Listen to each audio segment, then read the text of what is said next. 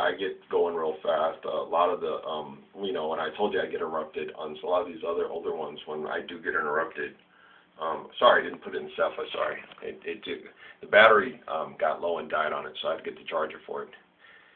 Let me explain some things to you, too. A lot of these ones that are shorter, they get interrupted by a message coming through or a phone call or something, and I turn the thing off and I forget to turn it back on, and I just don't turn it back on unless I know for sure I have some kind of a job offer coming in. But I know for sure they're not. I know they're not. Because they don't. There's no messages. There's no nothing left. They don't. Okay?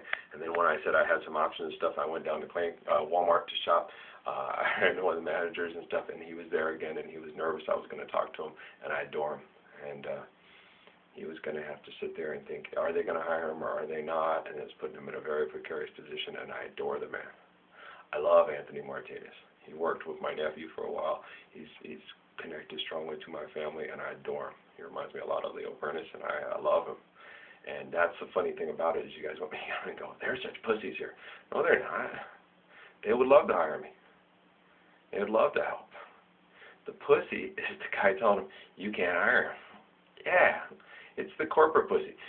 McKinley Boston and Dwayne Walker aren't pussies. It's the people on the Board of Regents and the governor. Yeah, anybody who bullies and locks people up in the Amarillo Landos. And you lost your job. Isn't it cool? You're Mark D'Antoni. Yeah, the guy who helps criminals. No, everybody has a case that's kind of like a mistake. No one's perfect. And you guys use that one mistake as a political thing to go after him, but he's a very decent individual. Where not one of us is perfect. And yet ye without sin cast the first stone. How many times have we made a bad judgment call? Look at me and my marriages. And my dealing with the, yeah, and you guys are all like, I was being influenced by a bunch of, my computer programs, by the television set, by peer groups, by this, I'm influenced by people. Look at what happened to me after I knew everything about 9/11, and then I got with Amy's family and the Mormon church group and everything like that, and was all ready to sign up because they had killed all those Americans, and I was so pissed, and I was going to, and knowing damn well that the Americans and the Iran-Contra thing had promoted and put together and helped promote and instigate and be the main instruments behind the Iran-Iraq war, which lasted for 10 years and killed millions of people. And then they allegedly come over here and kill 2,000 of us, and we got to go kill 1 million more? I'm not stupid, but I am stupid, because I was like, oh my God, they did that to innocent Americans? Sign me up, here I go. When Terry Nichols and Timothy McVeigh tell us people, did I run to Kingston, Arizona, and oh gosh, where's he from? Up there near Bullhead City, and I forget the name of the town up there. But did I run up there and start saying, okay, let's go to his trailer park and start killing all his family? Yeah. Just like I told Michael Swickard on that thing too, when he said that thing over the airport thing about the profiling with Sikhs and Arabs trying to get on planes. And we joked about it before it even happened. Many of my friends were obnoxious. Yeah, that's stupid too. And then so we were sitting there, and I wanted to call them up and say, well, then should they not allow me and you to be able to get U-Hauls, Ryders, or Penske's because we more closely resemble and have a lot of similar cultural aspects to Timothy McVeigh and Terry Nichols? So we should have a real hard time moving anywhere? Do you analyze that one, Michael? Come on. He would have hated it. Oh, he'd hate to talk to me. I thought about her showing up in his coffee shop a couple of times. He talks about going to it and stuff like that, but he would hate me. Why? Because he'd be like, how'd you smart? How'd you get so smart? I don't know. Mom read to me, and then I read, and then but I put the books down, all biologically and classically conditioned. Okay, Jesus is my uncle. So is John. Muhammad is too. And very closely line related. Why? It's explained in the Quran. Can you read? No, you can't. Okay, sorry. It's very simply explained. Okay. Surah of Marion. Never mind. Okay, it's cool. See, that's the whole thing. That's why St. Augustine did have a point, and Paul pointed that out to me. Paul Ponce pointed that out to me when we had our conversation about things about St. Augustine.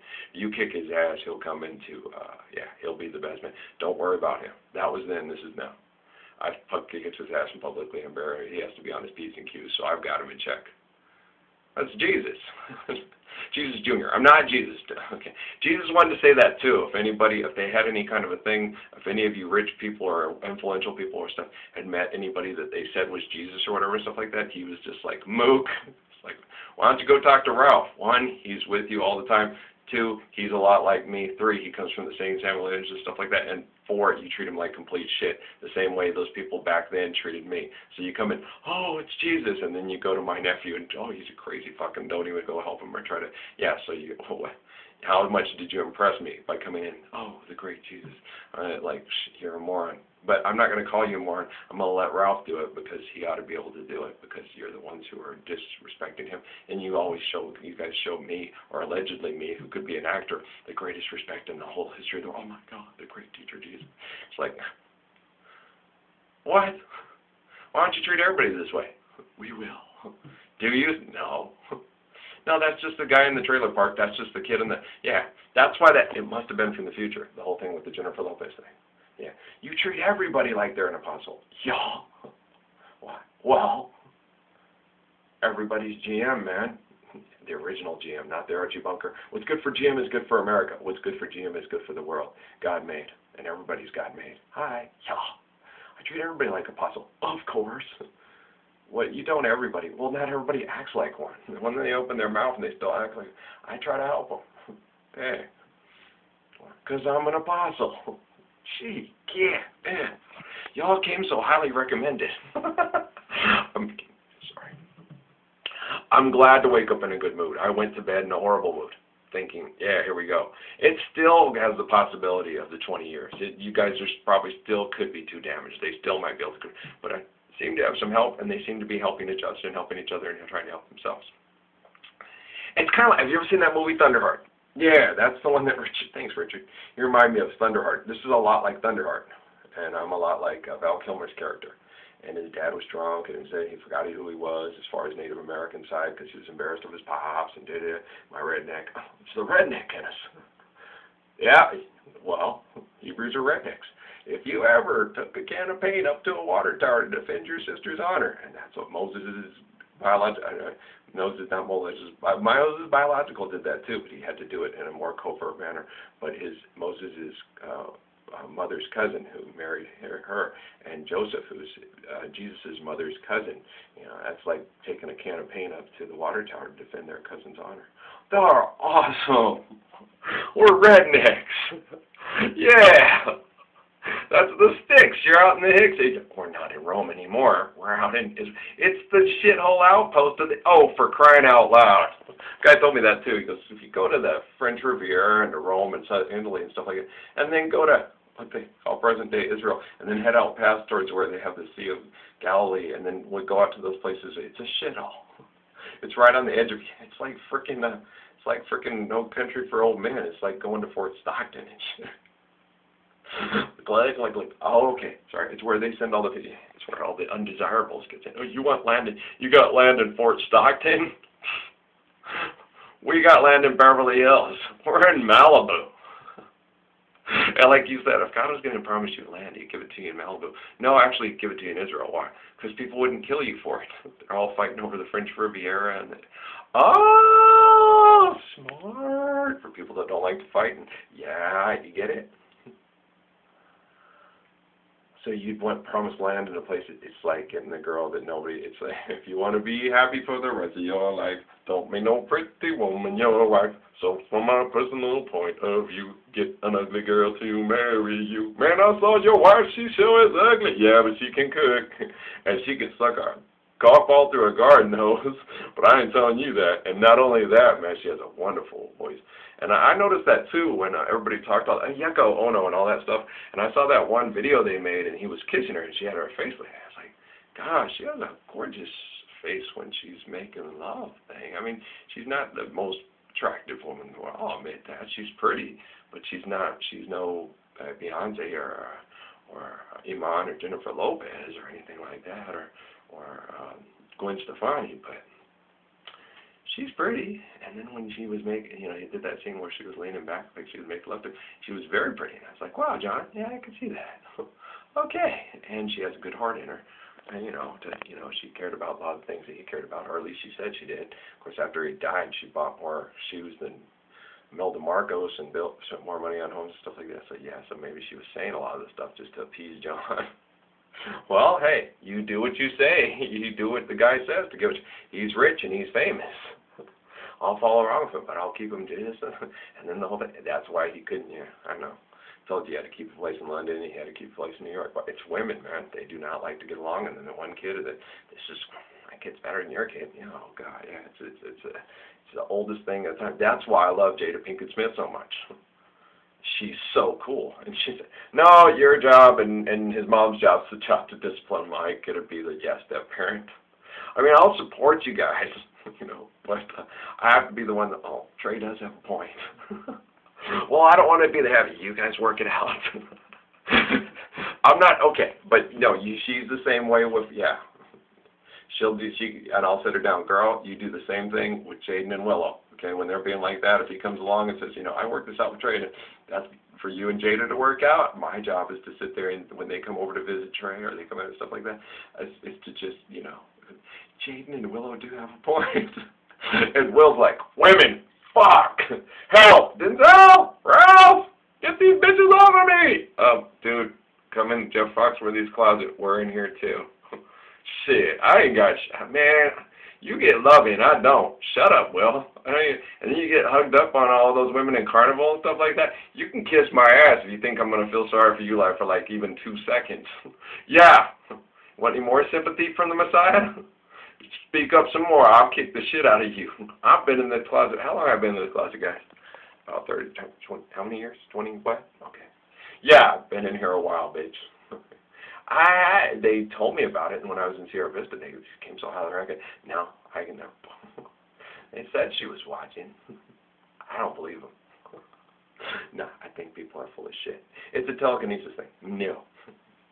And then I picked up other things when I went to Kohl's and things and stuff like that, the way people treated me.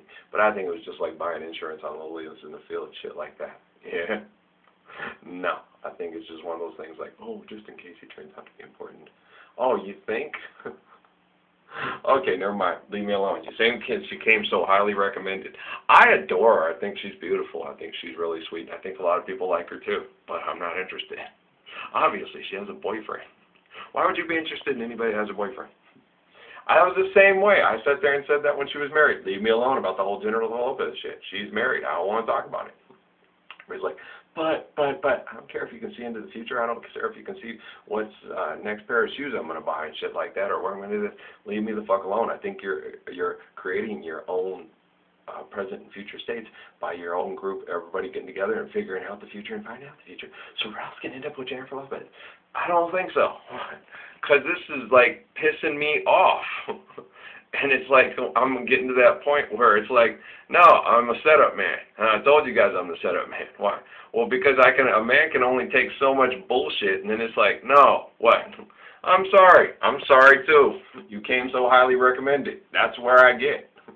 Oh, you're an arrogant little prick. And they're not? Fuck. Did you see what I went through? Did you see what I had to sit through? And they all sat and watched, and, he's not that special, is he? Fuck, you guys are assholes, you think? Yeah, they're damaged. I understand that they're damaged. I understand the memento thing. I understand all the stuff. Okay? I understand the stuff about Braveheart, that you try to hide from your past. You got to go to the mountain and get yourself focused. I get all that stuff. And then he has to get the people to talk and record it and save all that information. Then Ray Kutrell's selling them out and selling out everybody in the goons are, and he's running along and they say, go to the stronghold, Thunderheart, go to the stronghold. And he's playing off the tapes that he has, and Kutrell's like, I got to get him, I got to get that tape, I got to kill him, he's going to blow everything. I've been doing this for years. And he's playing it, and so Richard Jefferson, who's dead, he said, was Kutrell on it? Yeah, Ray Kutrell, yeah. You mean the FBI agent? Yeah, he's the one who came in to see me at prison and ran and set all this stuff up. Oh, shit, that's fine. And then when he runs to the stronghold, they're like, we got him, the goons got him, and they're all going to die because the whole damn reservation is up there on the top of the stronghold with their rifles going, yeah, what up, bitch? And it's like, Kutrell's like, God, I'm going to prison. I might as well just go back to the hotel and put my service revolver in the top of my mouth. The rest of you goons are pretty fucked too. I don't think Lakota style, you're going to get your ass kicked. I don't know how, but you're going to, because this is a federal case. Yep. once it goes federal, you don't no longer have jurisdiction, and now the reservation police can't get you out of your shit. Neither can the tribal council. You're fucked. You're going to a federal prison, and it sucks. And that's what happens. Thanks, Richard Branson. Yeah, it's a good movie. Thunderheart. Yeah, go to the Stronghold, and I'm at the Stronghold. This is my stronghold, and these are my people. So when you guys talk all that shit, you know, hey, Steve Martinez can't help you. These people, no, barely, and all those people didn't help you. They did. Your dad doesn't help you. He has. Yeah, none of them are perfect. And family of Ponce, and yeah, Mr. Ponce's spirit is still here. Beats like a buffalo. Yeah. I like East Coast Puerto Ricans. I do. I've had them in my life taking care of me, loving me. From Boston. Yeah. The Ponce family from Boston. Wasn't? No, it was Edgar Padilla. It's Edgar Padilla and Travieso. What was his name, Edgar Padilla? It was Padilla and Travieso were the two guards on Massachusetts, right? Yeah, and then they had Marcus Camby. Well, there was a guy calling himself or pretending to be Marcus Camby that was flirting and talking to and things with my ex a lot when I was in Sheridan. You know, I wasn't even sure if it was him, but I was like, oh, that's Marcus Camby. He plays for the Nuggets now. Oh, yeah, he used to play for the University of Massachusetts, you know. She was talking to him real hard and everything. My wife might have had savage sex with Marcus Camby. I don't know. She's, God. That's that whole thing with the fort, you know. Got any naked pictures of your wife? No, I don't. Do you want to see some? Shit. Thanks, guys. Fucking assholes. Well, the nice thing about it is this. Oh, thanks, Richard. Is that's my dad's office, and that, you know, if you didn't know for sure now, when they come looking for you, if they're looking for internet inappropriate, because John Najim mentioned this to me too. He said, you know, yeah, that's against the law. And so if you have one with the little pink and white polka dot panties where she's pulling it down with her thumb, and the black bra, that is Natalie's body. And yeah, she's I think 12 years old at the time of that. So if you do have it, it is illegal. So if it is on your hard drive, if it's on your hard drive, you're in trouble. Well, not us, no, because she took the pictures herself on it. So me and Dad aren't in trouble. No, she did it. Yeah, but if you guys knowingly have a 12-year-old's picture of her pulling her panties down with her thumb on your hard drive and stuff, and you're part of the Doña County Deputies Department, it's on your hard drive, you are in trouble. So you might as well just turn your gun and your badge in and quit harassing young men and saying it's a small town. Do you understand? Okay, just so you know. All right. Just passing on pertinent information. I got rid of, deleted, trashed any evidence I had of it. Just got rid of it. Yeah, I knew who it was. I was like, yeah, you have that momentary thing. Wow, I agree with you guys. I think for a 12-year-old girl, she has a body like Kim Kardashian. She's got a great figure. She does. Now get rid of it. Now it's on your hard drive. Sorry. What are you gonna do? You have to buy a new computer, huh? They can still get information off the hard drive and everything like that. Yeah, you guys are out burning it now. Well, I guess if you want to keep your job, that's an idea. That's a pretty good idea. Go out and burn your computers. What is that cop doing? He's burning his computer. What? That'll work. Okay, save your job. Save yourself. Leave people alone. Stop harassing them. It's a small town. So if you're burning a computer, do it quietly. If you do it, remember that stuff. It's the chemicals that burn in those things are very toxic. So if you do it like Gribble in your basement or whatever and stuff like that, make sure you vent it really well and put it in a thing that vents really well. But people are going to smell it. So what does that smell? That smells of a burning computer. Who's doing that? The deputy next door. Miss Deputy Hadley been behaving badly. Mr. Hadley's been behaving badly. I got that from Three's Company. Yeah. Well, you fuck with people, you get fucked with. You really ought to leave people alone and not harass them. That's a really mean thing to do. It's kind of stupid. Stupid is a mean word, Mr. Cooper. I'm sorry. Go ahead. Where were we? You guys like entertainment. You like entertainment. You like movie quotes, and you like. Go ahead. Come on. You feel lucky? Make my day. Come on. I'm sorry. Have fun. Hey, you guys. Hey, raised on radio, we're raised on TV and the internet. It's just like, it's the best way to connect to American people. That's why Judy told me that. It's like, go in there, underdog, go get them. Neither bird nor plane nor fire. You're communicating with Judy Krishnamurti. Of course I am. Well, I'm related to Jesus. We all are. I know, but I have a strong similitude of him, and we have similar abilities. You try being plugged into this stuff, man. This stuff is hard. You guys are all plugged into it, and they're damaged from it. Yeah, okay, I can run ahead of narcotics and things, stuff like that. That's why the friend of the Sheikh liked on that. Cool. That's cool. I mean, the Sultan. Grand Sultan. Abdullah Dag Hastani. Yeah. I can say his name now. Why? Because we're like that. I'll get the Sheikh's name down here, too. He's in Georgia. He's from Atlanta. That's why I kept getting all those strong influences from Atlanta, Georgia. I thought it was Oprah or Tyler Perry. I didn't know it was I didn't know it was. I'm not perfect, and I give God wishes you privacy, and so do I. I just pick up on the spiritual. We've had beautiful spiritual conversations. I'm sitting on the ditch watching my kids play. It's usually when I have solitary moments and quiet moments. And he likes Jennifer Lopez. Well, I mean, he thinks she's a very well-intended, kind, loving, protecting woman. That's where I got such highly recommended was from him. Okay, I'm going to go to the next one. I'm going to just leave it alone. Okay, shut up. I love you too. Peace.